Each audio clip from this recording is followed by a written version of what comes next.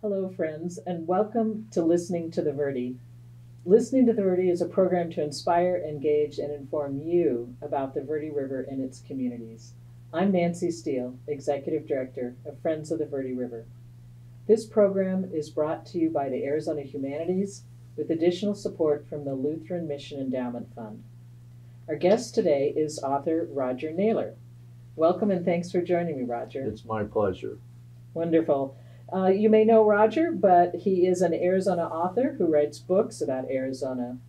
I even own one or two. Boots and Burgers was the first one of his books that I bought even before I moved here to the Verde.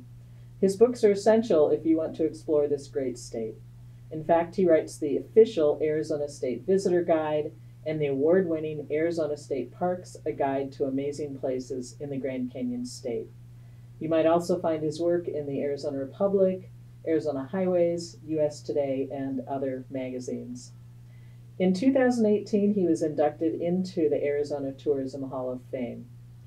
Even if you've never read one of his books, if you've ridden on the Verde Canyon Railroad any time since 2020, you've heard his voice narrating the trip in between the railroad songs.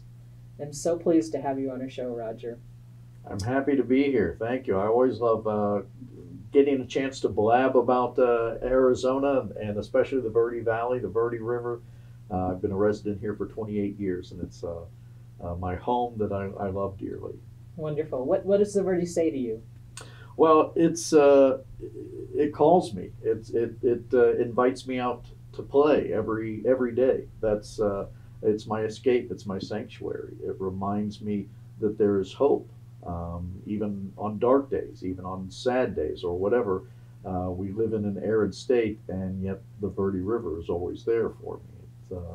I live just a few miles from Dead Horse Ranch State Park, and that's my personal backyard. I consider it. I've been hiking there every day that I'm in town for the past 28 years, so I have worn out those trails all over the place, and a lot of that time is spent wandering along the Verde River in the shady canopy there on the sandy banks. I was there hiking around the lagoons yesterday at the park and wandered down to the river and stuff just to say hello. Yeah. I always like to check and see how it's doing. So we need those little pieces of sanctuary. We need those.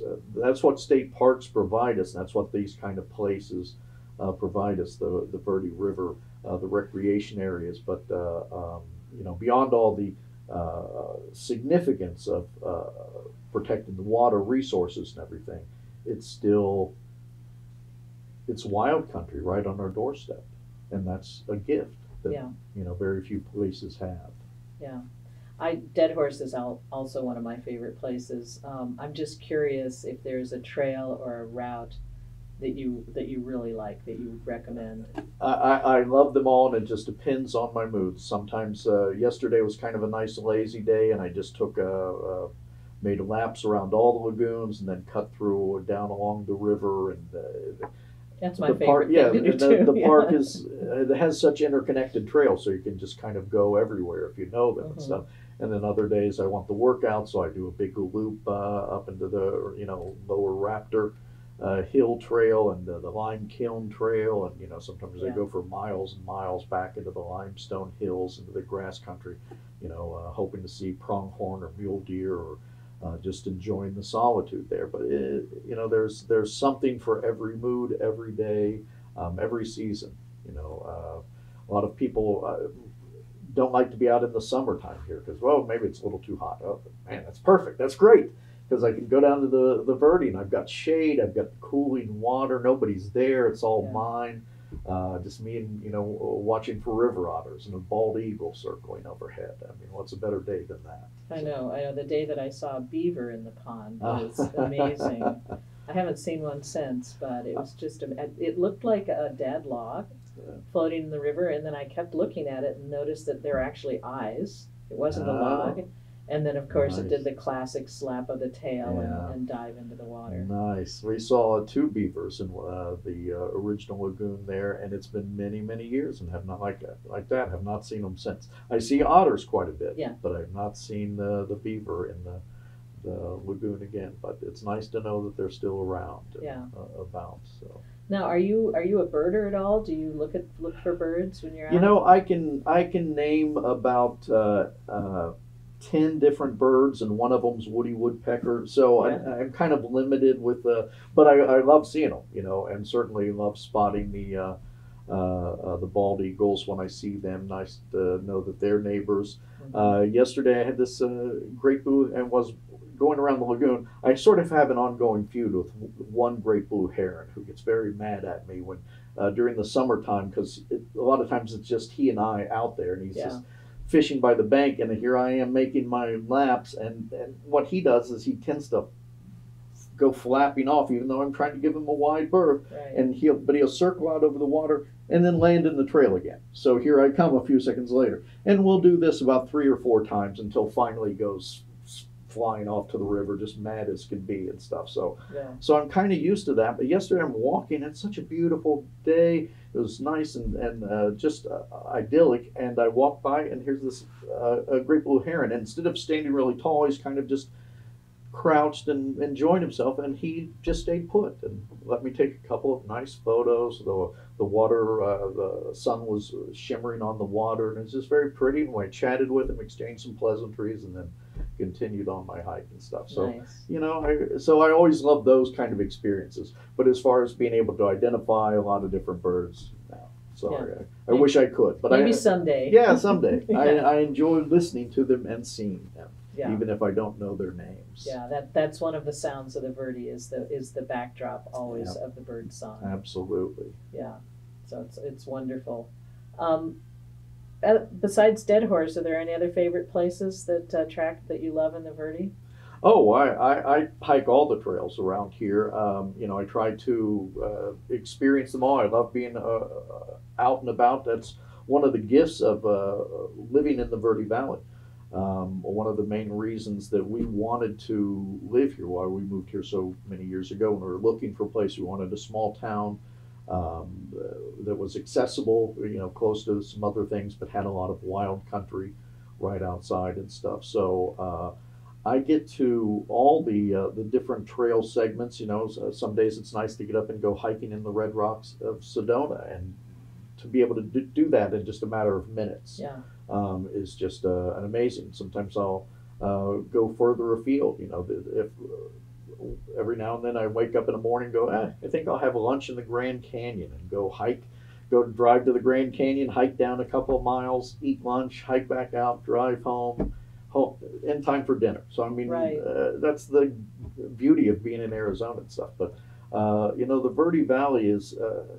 I just wrote a piece about for the Arizona Republic about Montezuma Well, and they had me on the K-Jazz, the show, Lauren Gilger, because she had not even heard about it, and didn't even know this place existed here Wow. in the valley and stuff. So I was on the radio talking about it, saying, it's such a little hidden gem. And I guess I realized, because I think we're the fortunate ones who live here, know about all these little kind of hidden places and stuff. But to other people, it's I never even knew about that. They know about Montezuma Castle, but this a magical sinkhole out in the middle of nowhere over there in McGuireville or Rimrock, where it just pumps out this. I think it's 1.5 million gallons of water every day that goes into the Beaver Creek and still goes down old canals built by the Sinawa. And stuff, and just the life that goes on in there. There's 5 endemic species that live at Montezuma Well that exist nowhere else in the world. One and of that's them's like a leech, right? Yeah, one of them's a leech. I mean, I think that's the most of any single water hole in the entire Southwest. Wow. Not more and stuff. So I mean, it's just an amazing little. The leeches stay down in the darkness in the evening. Yeah. And then they rise up in the at night and feed on the little crustaceans. I was gonna say they're not there and people stuff. Yeah, leeches, yeah, right? they're not They're not the kind of interested big people. African queen kind of. They're the leeches on us, but they have it's this little ongoing war that goes on every day there in this little placid little pond. It's just amazing. I love places like that. I love finding out little secret about those kind of things. Yeah, wonderful. Um, when you decided to make this place your home, where were you coming from? A little bit of your background. Well, I grew up in Cincinnati, Ohio, and was always interested in the West. Always knew that I wanted to come west. Had no idea how. I came out to college, applied for college at Northern Arizona University. Did it very much at the last minute because I was afraid my high school sweetheart was wanting very much to get married, and I didn't want to at that time in my life. So I kind of bolted for college because that was sort of the only way you could respectably go across country as a teenager. So I came out to Flagstaff, got on a plane for the first time in my life, flew across the country, landed in Flagstaff, stepped off the plane, smelled that pine scented air for the first time, fell in love. Love at first sight.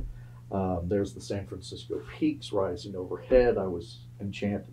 Too much in love because it derailed my college career. I was dean's list the first semester, but by the second semester I was on academic probation because by then I realized I could get up in the morning and walk to class, or I could hitchhike to the Grand Canyon or up to the peaks or down to Sedona So I dropped out of college, spent most of the next few years just rambling around Arizona.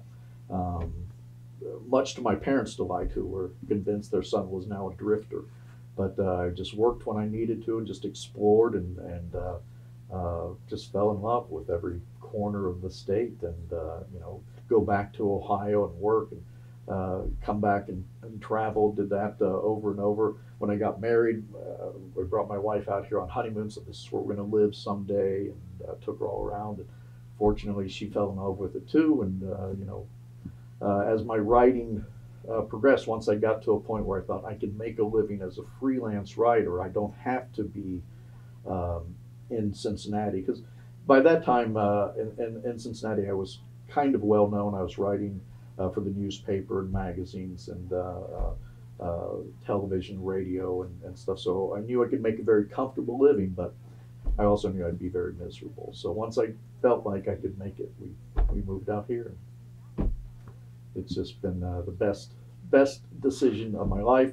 And so now I still ramble around all over Arizona. I like to remind my parents I'm doing exactly what I did as a teenager, but now they pay me for it. So Right. I was just a travel writer in training. I didn't know it at the time. Right. So, Right.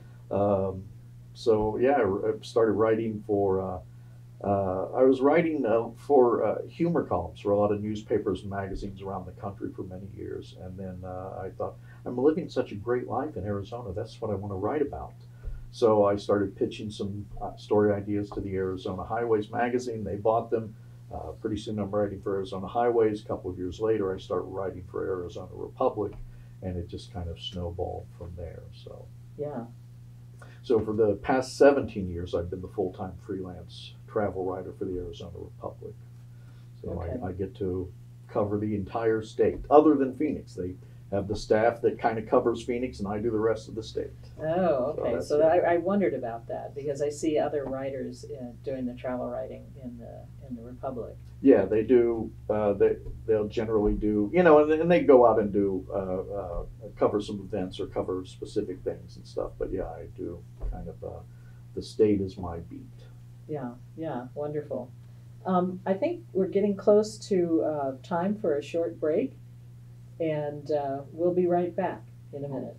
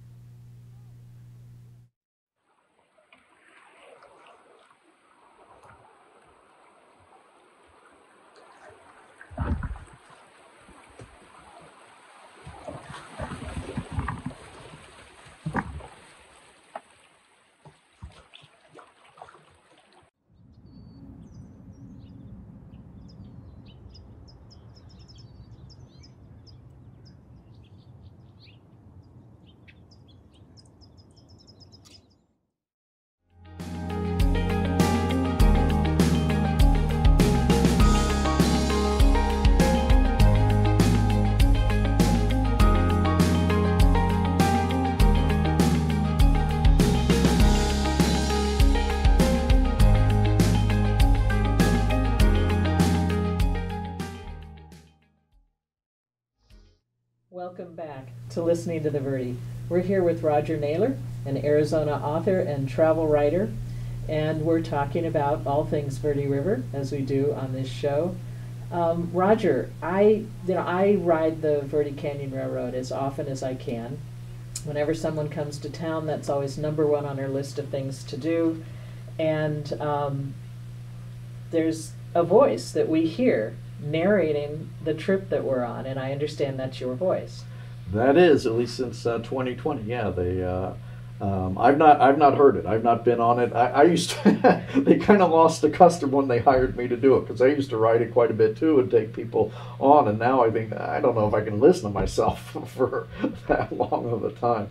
But I'd written about the railroad many times in the past. It's always just a delight. It's such a wonderful experience. And then, all the out-of-town folks that I took on it just enjoyed it so much. So we had a relationship. They knew who I was, and I'd written some press releases and different things for them. They'd hired me to do some freelance writing in the past and stuff. And they approached me a couple of years ago and said, would you be interested in doing the voice? And they gave me a script that was okay, but it felt kind of stilted too. And I said, do you mind if I work on it, if I rewrite it? And so I rewrote the script and did the voice, and so the narration. So I understand that I'm there all the time.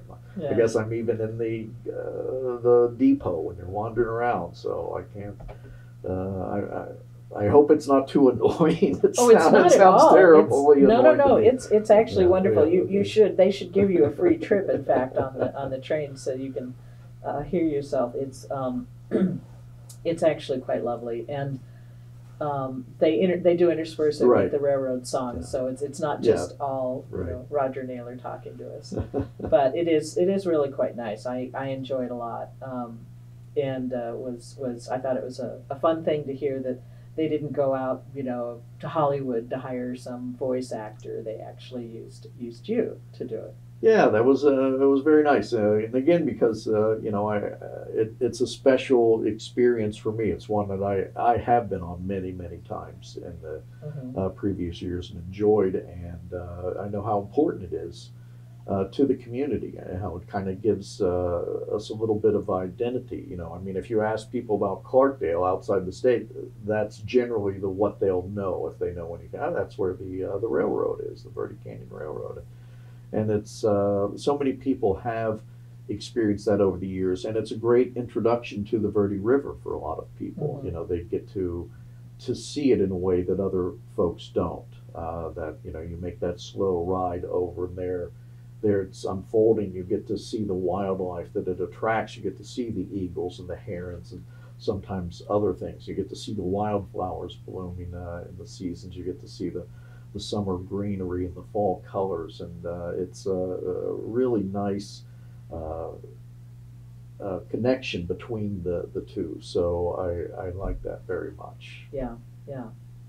So have you had a chance? Do you kayak the river? I have. I'm not a huge kayak. I don't swim, so I'm always a little nervous on water. In fact, when they were first starting to do some of the kayaking, one of the groups approached me and said, we'd love to have you come out and do a trip with us. And they could tell I was a little hesitant, and they said, well, in most places, at least at that time of year, most places, you can stand up in the river. So I thought, okay, well, I can stand up. I can't swim, but I can stand up. I've been standing up for a long time now. So I did a kayak, and it was great. It was great fun. I wrote a two-piece article for the Arizona Republic on it, and had a great time and stuff. I'll have to look up the article. So it was I'm such a hiker. I like having my feet on the ground, and there's such a difference between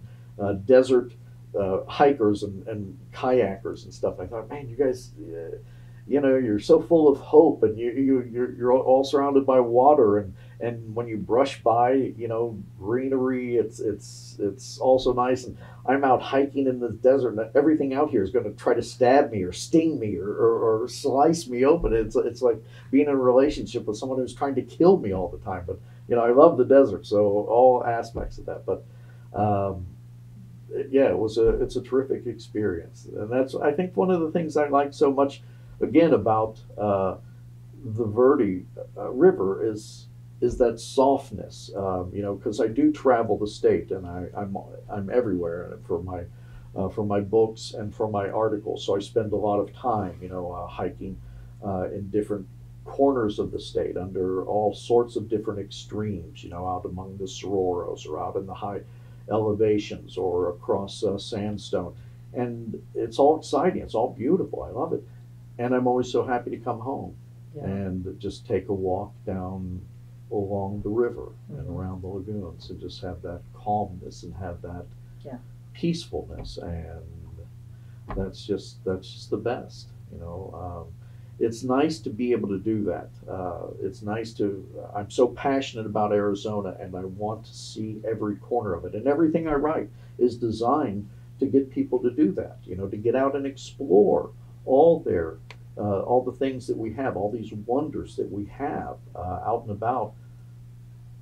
But it's so nice then to want to come home again. To never feel like, oh man, I wish I lived here. It's like, oh, this is great to visit, but I'm glad when I'm home. I'm glad when I'm back on the river. I'm glad when I'm back in the valley and have that again. That feels good, and that hasn't changed after 28 years. Yeah, yeah. No, it's wonderful. I feel that way too. It's I spent a lot of time hiking in other places where if you slip, you can reach out and grab a plant to break your fall.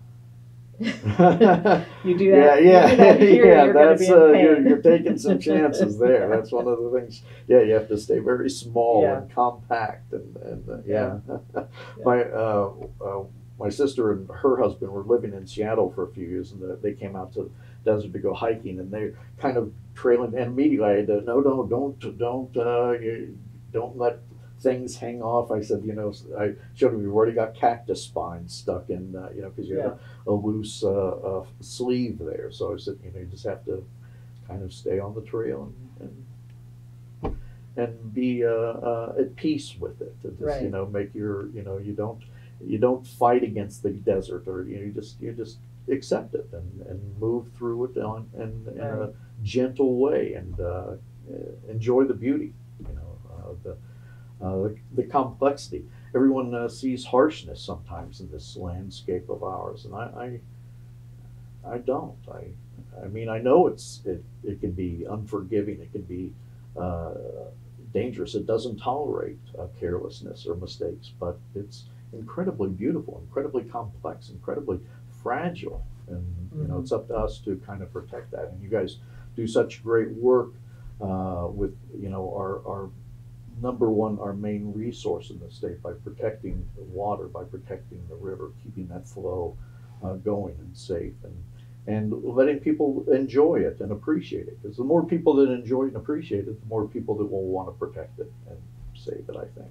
Yeah, you can't save a place if you don't know it and love it. And getting people out hiking and kayaking and even enjoying a beer or a burger after a hike, that helps them to love the place. Absolutely. That's one of my wife's and our favorite things is sometimes we'll just do a picnic. We just pack up some food, or just grab carry out on the way to Dead Horse, and then just go and sit at a picnic table by the water and just enjoy a quick little lunch, and then both back to our days and stuff. So it's the idea of having that right outside our doors, the idea that we can access that in a matter of minutes is just an incredible gift. And I think more people got to appreciate that during the pandemic, when things were off limits and when there was lockdowns and stuff. Even during the harshest time with that, I could still go hiking in Dead Horse. I could still be outside. I could still have that connection to nature, and that was a lifesaver. Yeah. Now, in our remaining time, I know you have a new book out, I do. And it's, what, 100 places? What? Remind me of the title. It's Awesome Arizona. There we 200 200. amazing facts about the Grand Canyon State. This is one I'm very excited about because a lot of times on my social media pages, I post little fact sheets about Arizona just to kind of dispel some myths about, you know, well, Arizona's this or that, or you don't know about all this stuff. So, and those are always very popular. So I decided to compile all these incredible facts about Arizona and put it all in one book. And so I'm very excited about it. So, yeah, that's my latest. You mentioned a couple of my others. If you'd like to read more or learn more about the Verde River and Dead Horse Ranch State Parks, my book Arizona State Parks came out in 2019. It was voted best Arizona travel book by the New Mexico Arizona Book Awards, and the following year came out Arizona Scenic Roads and Hikes, which also very much involves the Verde Valley because we are here we have a couple of officially designated scenic roads that come through town and stuff. So it's a really nice gift. Again, another award winner was voted best Arizona travel book and also won as best overall Arizona book and stuff. So those are all available on my website. I don't know if it's one of the scenic rides, but I always think, so when I'm driving north on I-17 coming home from Phoenix, there's that sign that says how many minutes to get to Sedona via 179 or via 89A. And it's always less time to take 179. But I think, man, that drive up 89A is just beautiful. That is one of that's the Dry Creek scenic road. Of course, you know, also the other part of 89A that here's the Jerome Clarkdale Cottonwood Historic Road. So that brings us into Cottonwood, and then 89A, the Dry Creek Scenic Road, takes us into Sedona there, and then you go on, of course, one of the most famous scenic roads, the Sedona Oak Creek Canyon Scenic Road up through the canyon onto Flagstaff and stuff. So, I mean, again, we're just very blessed in this region that we live, that there's so much incredible beauty. So what I did in that book with the scenic roads is I combined them with some of my favorite hiking trails around, because, you know, you take a beautiful drive, maybe you like to get out and walk around a little bit like this. So you get to see all sorts of different places, and then I included local places to eat and sleep as well and stuff, so that you know, I always want people to support the local businesses, the mom and pop businesses and stuff. So yeah, that's wonderful. I mean, all those places you mentioned are part of the Verde watershed. So when we think about the Verde, we often think just about the corridor through the middle Verde, you know, the sort of Clarkdale to Camp Verde. And we think that's the Verde, but the Verde's really the basin, the land that nourishes and feeds the Verde River is almost 6% of Arizona's land area. So Sedona all the way up to Humphreys is actually the water on the east side of Humphreys flows into the river when it melts, and all the way over into Prescott, to the east to Payson. The northernmost part of the basin actually intersects with the Wallapai Indian Reservation, close to, not the Grand Canyon, but close. We're getting close up there. And then, of course, all the way down to Scottsdale and Fountain Hills in the Phoenix metro area. So you're in the Verde a lot longer than you think you are. Exactly. See, I didn't know it was quite that extensive, but I am aware of, you know, all the drainages, because one of the popular stories that I write quite a bit are every few years are some of the best swimming holes in Arizona and stuff. And almost all of them, I'll give you a little hint, almost all of them are around here, and that's because of a lot of the creeks draining off the Mogollon Rim, heading towards the Verde and stuff, and create all these incredible little swimming holes. Wet Beaver Creek being one of them. Wet Beaver Creek, Slide Rock, the Parsons Trail, you know, all these different, Fossil Creek until, fortunately, you know, the fire. But I think they're reopening it this year, so that's very exciting and stuff. But yeah, there's so it's a great little way to experience, you know, not only we have this beautiful landscape, but you know, all these beautiful riparian corridors that are protected here. So And it's important to protect those. Absolutely. Well, any final words before we close out Well, the show? it was a pleasure chatting with you. I'm happy to. I love getting out and about and talking about Arizona. This is such a remarkable state.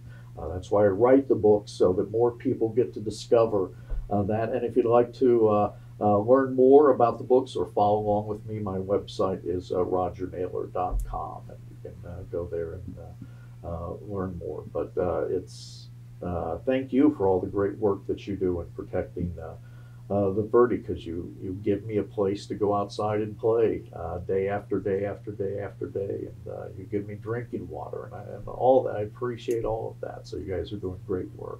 Well, and thank you for writing about it, because if we don't know it, if we don't love it, we can't save it. Well, exactly. That's my goal, is to get more people to discover the importance and significance of these places, and then we've got more people on our side that are wanting to save it. Yes, yes. So there you have it, rogernaylor.com, if you want to pick up one of Roger's books. Thank you again. Thank you for joining me today, and thank you for watching, listening to the Verde. For more episodes or to learn about the Verde River watershed, please visit verderiver.org/listening. Thank you very much for joining us today.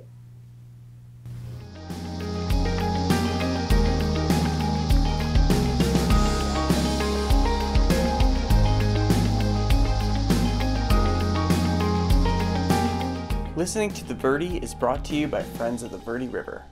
Please visit verderiver.org/listening for more videos and resources.